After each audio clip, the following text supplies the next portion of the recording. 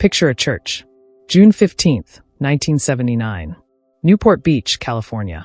The Pacific Coast Highway outside is carrying its ordinary Thursday traffic. Trucks, convertibles, a delivery van. Completely indifferent to what is happening 40 yards from the water behind the doors of Our Lady Queen of Angels Catholic Church. Inside, 500 people have gone absolutely still. Not the polite stillness of ceremony. Not the respectful hush that settles over a room when a hymn begins. This is the particular silence that happens when a human being says something in public that cuts through every prepared remark, every rehearsed sentiment, every careful arrangement of grief, and lands in the chest like a stone dropped from a great height. A young man is standing at the lectern. He is 31 years old. His name is Michael Wayne. His father has been dead for 4 days. And he has just said something that nobody in that church, not the studio executives, not the governors, not the longtime co-stars who knew John Wayne for 40 years, was prepared to hear. The question isn't what he said. The question is why those specific words, spoken in that specific order, on that specific morning, made 500 people simultaneously understand something about John Wayne that none of them had ever been able to put into language before. This is that story. To understand what happened inside Our Lady Queen of Angels on June 15th, 1979, you have to understand what that building contained that morning. Because this was not an ordinary gathering of mourners. This was, by any reasonable measure, one of the most concentrated collections of American cultural power assembled in a single room in the 20th century. The church sits in Corona del Mar, a quiet neighborhood tucked into the southern edge of Newport Beach.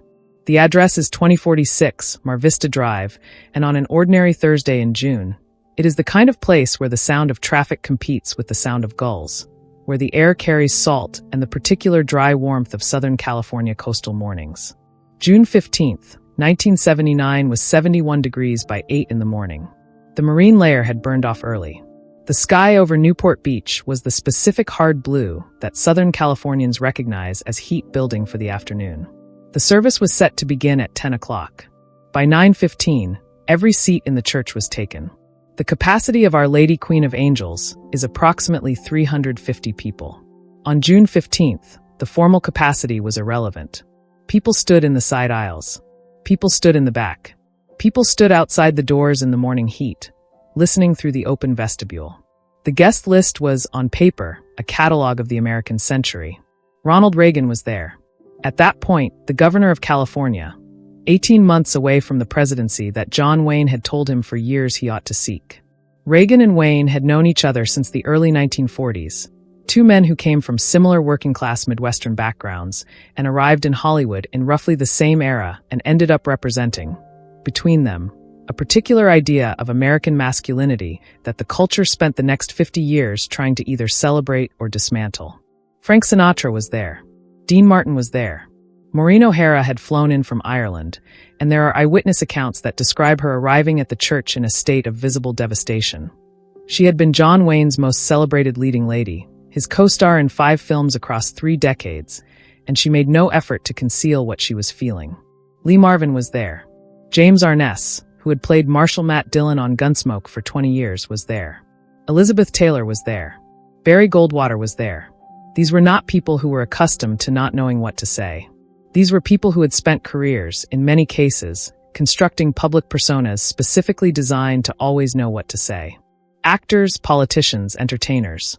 People for whom words are instruments of professional management. Grief in public, for these people, is a performance. A measured, dignified, practiced performance that communicates the appropriate emotion in the appropriate register. That morning, every one of them would be undone by a 31-year-old man at a wooden lectern. But before Michael Wayne stood up, there were hours of context. Hours of constructed grief, carefully arranged tribute, the machinery of institutional mourning moving through its appointed stages. John Wayne had died on June 11th, 1979, at UCLA Medical Center, at 5:23 in the morning. He was 71 years old. The cause of death was stomach cancer, the same disease that had taken his mother 40 years earlier. He had been diagnosed originally with lung cancer in 1964. That surgery removed his entire left lung, a detail that Hollywood tried to suppress for years because studios in the 1960s believed that audiences would not accept a leading man with one lung. He came back anyway. He made 35 more films. He won the Academy Award for True Grit in 1969, and when he walked onto the stage at the Dorothy Chandler Pavilion to accept it, the audience gave him something rare in that room: a standing ovation before he had said a single word. By the time of his death in 1979, John Wayne had made 179 films over a span of 50 years. He had been the #1 box office draw in America for 25 out of 40 years, a statistic with no parallel in the history of the industry. He stood 6 feet 4 inches tall. In his prime, through the 1940s and 1950s, he weighed between 215 and 225 pounds. He moved through a room differently than other people moved through a room, something that everyone who spent time with him mentioned: the way you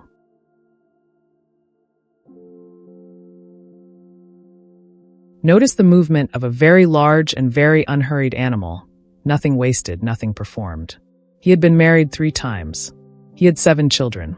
He had been investigated by the House Un-American Activities Committee, had been on the receiving end of a genuine assassination plot, had been named the most admired man in America in a Gallup poll taken just months before his death. He had been called a fraud by some, a fascist by others, a coward for missing World War II because of a knee injury and a studio contract, and a genuine American original by the people who worked with him closely enough to observe the difference between the character he projected and the man underneath it. None of that, not the 179 films, not the Gallup poll, not the decades of controversy. None of it had produced a single sentence that captured who he actually was. Until that Thursday morning in Newport Beach. But here's where it changes.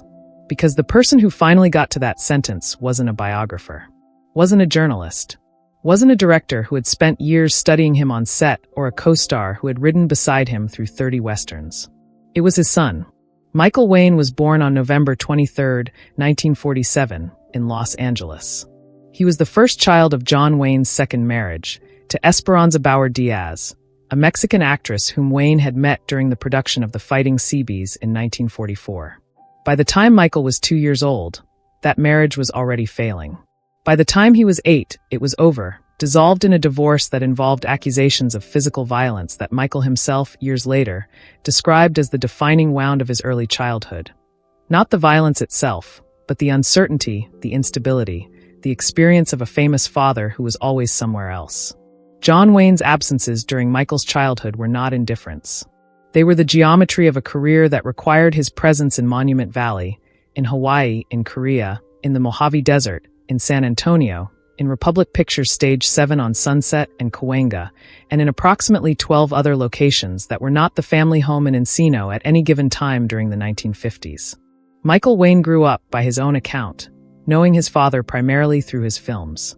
He would watch them in theaters, sometimes twice in the same week, not as a fan but as a student, studying the way his father held himself, the pace of his speech, the particular quality of stillness he brought to scenes that other actors filled with movement.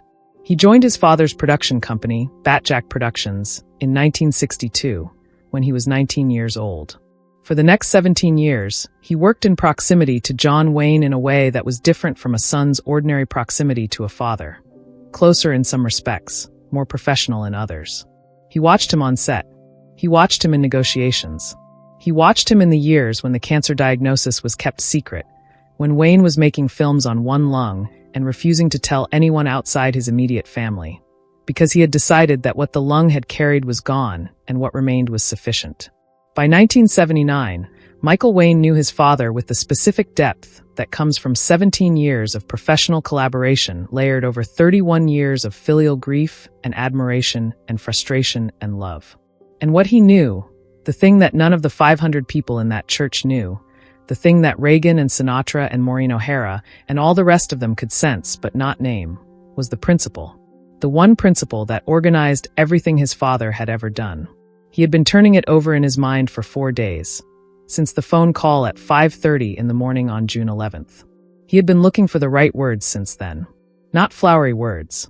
His father had never valued flowery words. Simple ones. Specific ones. The kind that contain more weight than their length suggests. What happened next, nobody expected. The formal program for John Wayne's funeral was, by the standards of a state-level ceremonial occasion, which this essentially was, meticulous and carefully managed. The Mass was celebrated by Father Robert Curtis, who who had been John Wayne's priest at Our Lady Queen of Angels for nearly a decade. There were readings from Scripture. There was music, specifically Amazing Grace and Softly and Tenderly, two hymns that Wayne himself had requested in the final weeks, according to family accounts, because they contained what he called the right kind of simplicity. He had no patience, in his last years, for anything ornate. Several eulogists had been scheduled. The order had been planned. The language had been reviewed. In the way that large institutional farewells are always managed, there was a version of events that the program was designed to produce, a dignified, warm, appropriately heroic send-off for a man who had represented American heroism, in one form or another, for half a century. Each speaker before Michael did their part.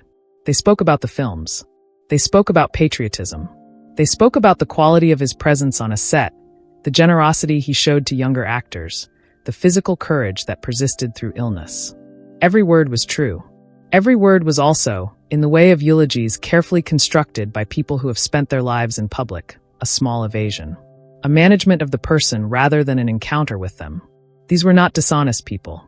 They were people who understood, at some cellular level, that honesty is expensive in public settings, that the language required to tell the actual truth about an actual person, in a room full of cameras and journalists and political figures and professional observers, carries a risk that most people, most of the time, are not willing to take. Michael Wayne understood that risk. He also understood that his father had spent 71 years paying it, in ways small and large, and that the least he could do at a funeral was tell the truth. He stood at the lectern. He was 6 feet tall, built along lines that suggested his father without quite replicating them. He had prepared remarks. He had looked at them that morning, in the car on the way to the church, and he had set them aside on the seat beside him. He did not bring them to the lectern. He stood in front of 500 people, the governors, the senators, the Academy Award winners, the studio heads, and he said nothing for a moment. 2 seconds. 3 seconds. The church was already quiet in the formal way of religious services. But this was a different quiet. This was the quiet of a room holding its breath. He looked out over the crowd.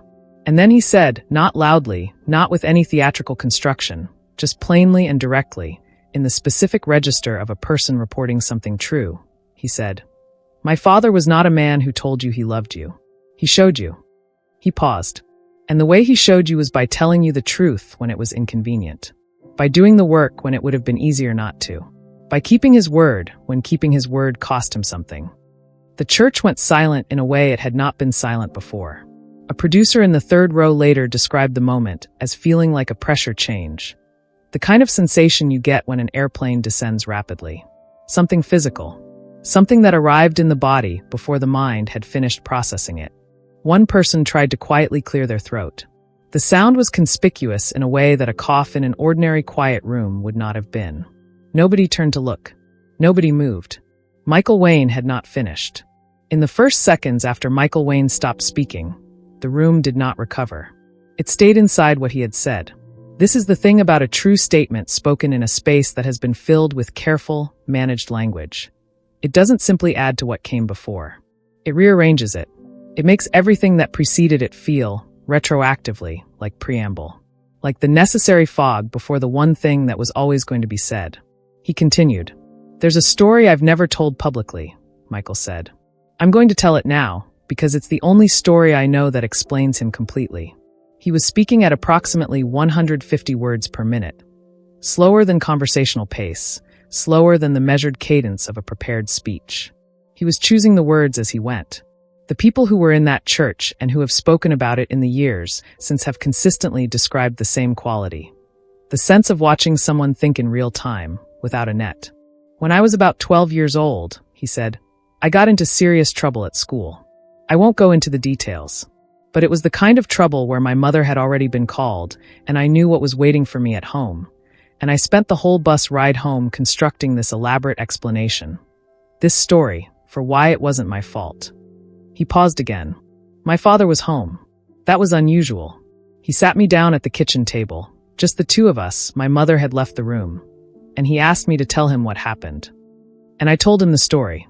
The whole elaborate, carefully constructed story. Every part of it carefully designed to move responsibility away from me." In the third row, Frank Sinatra was looking at his hands.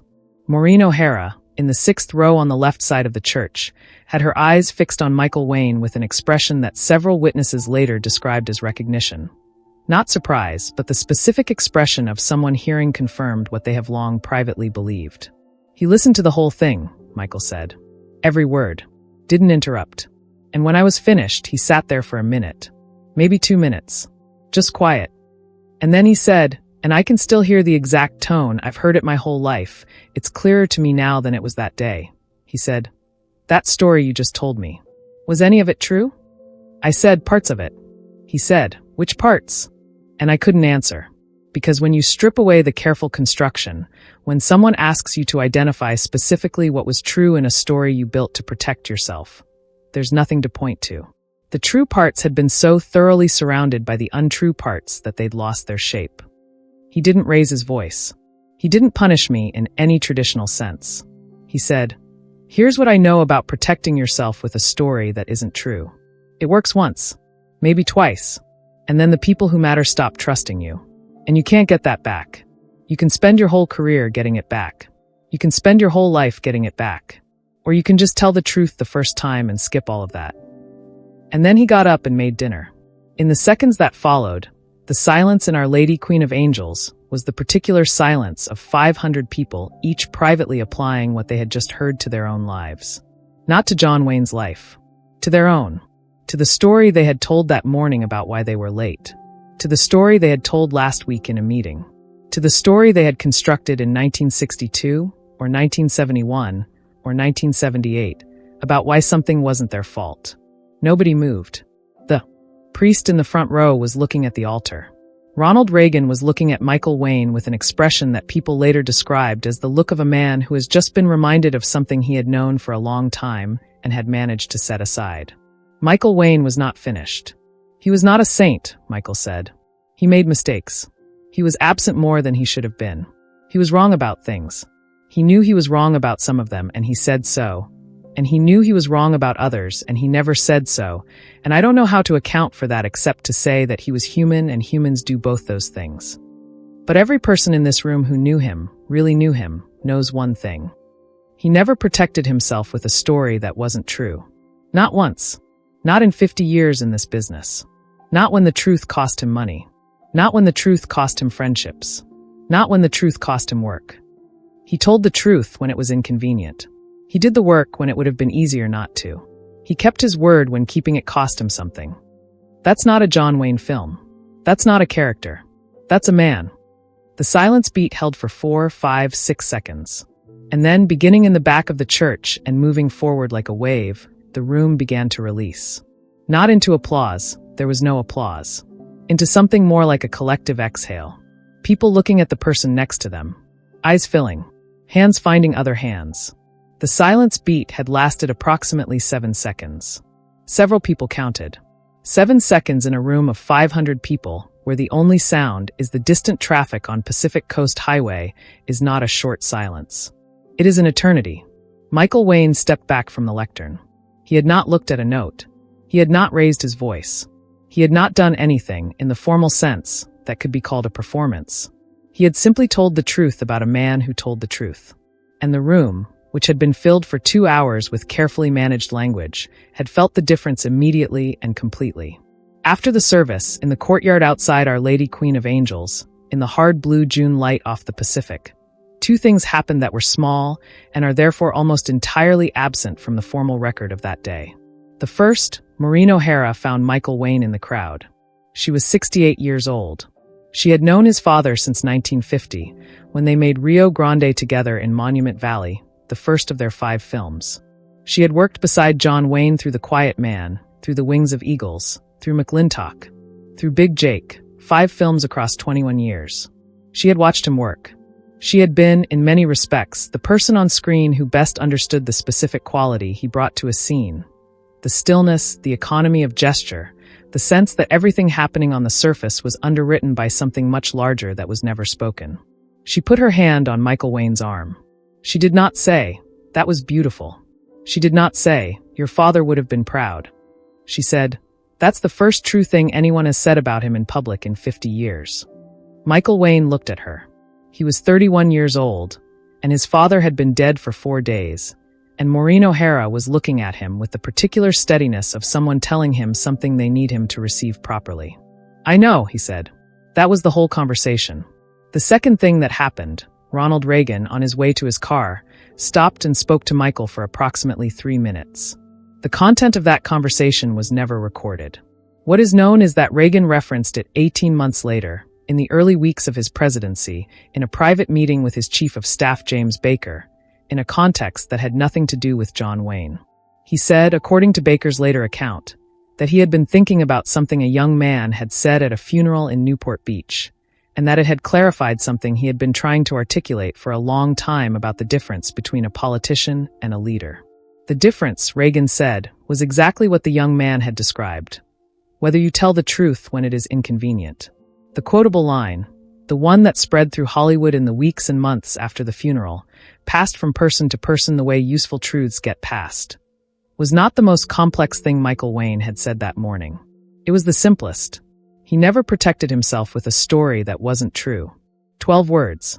The kind of sentence that, once you've heard it, you cannot unhear it. The kind that inserts itself into your private monologue and waits there, patient as stone, for the next time you begin to construct a story that isn't quite true.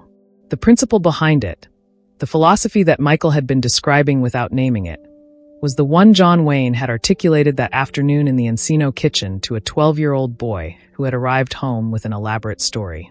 Not the mechanics of honesty, the economics of it, the long-run calculation that made honesty, counterintuitively, the most efficient choice. You can spend your whole life getting trust back, or you can just tell the truth the first time. That was the lesson. Not loyalty over reputation. Not silence over bravado, though those were real, and those were his. The deepest one, the one underneath all the others, was simpler. Truth is not a virtue. Truth is a strategy. The only one that compounds instead of depletes. John Wayne had understood this.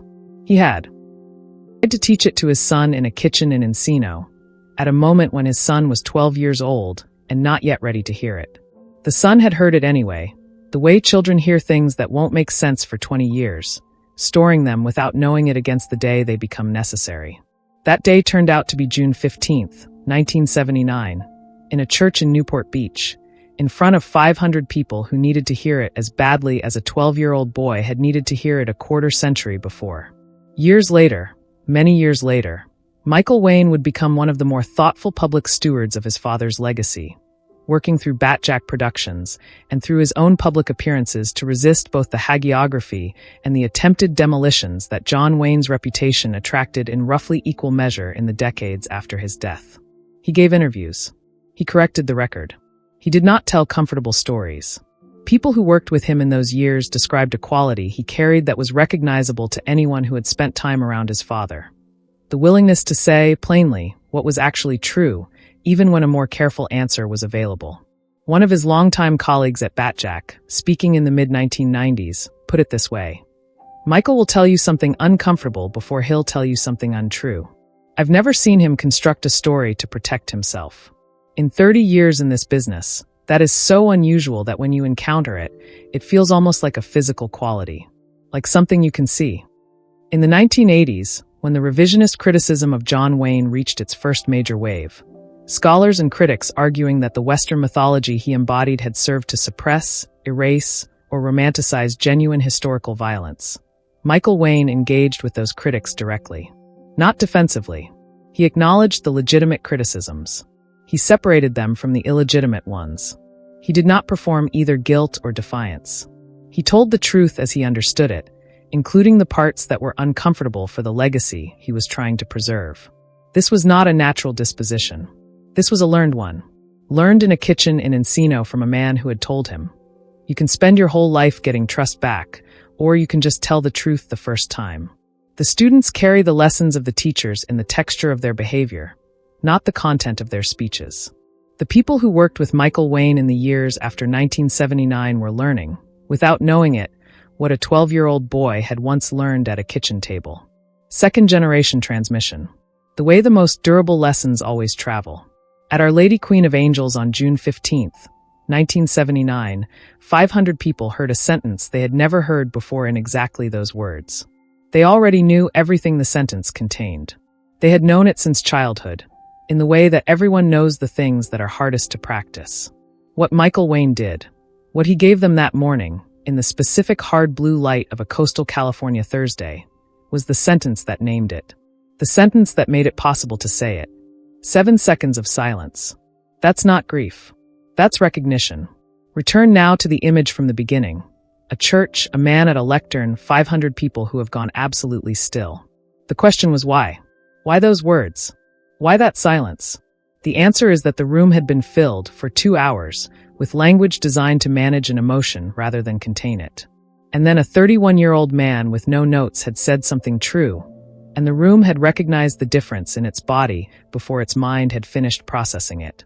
Because that is what truth does when it is spoken plainly in a space that has been occupied by something else. It arrives like a pressure change. It makes everything that came before it feel, retroactively, like preparation. It lands in the chest like a stone dropped from a great height. One kitchen table. One principle. One lesson that 500 people carried home on a Thursday in June. 47 witnesses who later spoke about that moment. Every single one, without exception, reached for the same language. They said, "I have never forgotten what he said." Not what he said about his father. What his father said to him in the kitchen when he was 12 years old. That sentence followed them. Not from the famous man. From the truth the famous man had the discipline to tell alone in a kitchen to a child who wasn't yet ready to hear it, but stored it anyway for 20 years until the day it became necessary. One kitchen table. One son. One sentence that 500 people carried with them for the rest of their lives. And somewhere in the records of this, in the letters people wrote that week, in the private journals, in the conversations held over dinner the night of June 15th in houses from Newport Beach to Beverly Hills to Washington, D.C., there is a second lesson. A lesson John Wayne gave not in the kitchen in Encino, but on every set, in every film, in every moment when silence was the correct response and he chose it. The lesson the history books almost missed. But there was one confrontation John Wayne never spoke about publicly. One moment on a film set in 1957 that revealed something about him that his son only discovered after his death, in a box of letters found in a storage unit in Burbank. And what was in those letters and why Wayne kept them hidden for 22 years? That's a story for another time.